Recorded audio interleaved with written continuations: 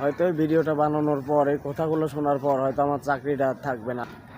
কি বলবো ভাই, আমরা এমন একটা দেশে বাস করি যেখানে গার্মেন্টস শ্রমিক অসুস্থ হলে মালিকেরা বলে আমরা নাকি নাটক করে অসুস্থর ভান করি।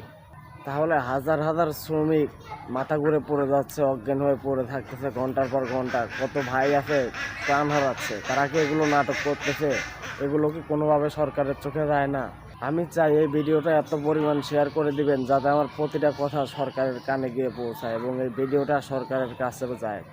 মাননীয় সরকার, আপনার কাছে আমার একটাই অনুরোধ, হাজার হাজার গার্মেন্টস শ্রমিক যেখানে অসুস্থ হয়ে পড়ে যাচ্ছে, তারা নাটক করতেছে, এটা মালিক পক্ষের বক্তব্য।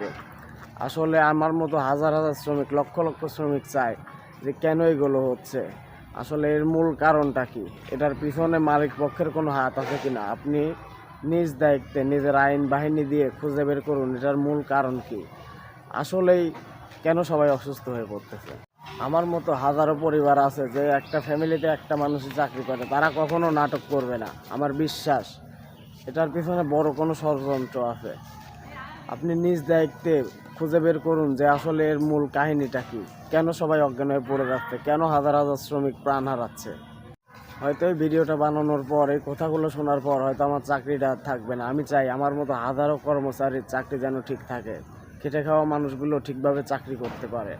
অসুস্থ হয়ে গেলে মালিক পক্ষ তার আইডি কার্ড রেখে দেয়, বলে তোমার আর চাকরি করা লাগবে না। অসুস্থ হলে আইডি কার্ড রেখে দেয় যাতে সে আর অফিসে না ঢুকতে পারে। সঠিক বিচার এবং সঠিক তদন্ত জানতে চাই কেন এগুলো হচ্ছে। ভিডিওটা এত পরিমাণ শেয়ার করে দিবেন যাতে এই ভিডিওটা সরাসরি সরকারের চোখে গিয়ে পড়ে। সবাই ভিডিওটা বেশি বেশি করে শেয়ার করে দিবেন। আমার মতো হাজারো খেটে খাওয়া কর্মচারীর জন্য একটা করে শেয়ার করে দেবেন। বাংলাদেশে 20 কোটি মানুষ, একটা করে শেয়ার করলেও 20 কোটি শেয়ার হবে ভাই, একটা শেয়ার করে দিন।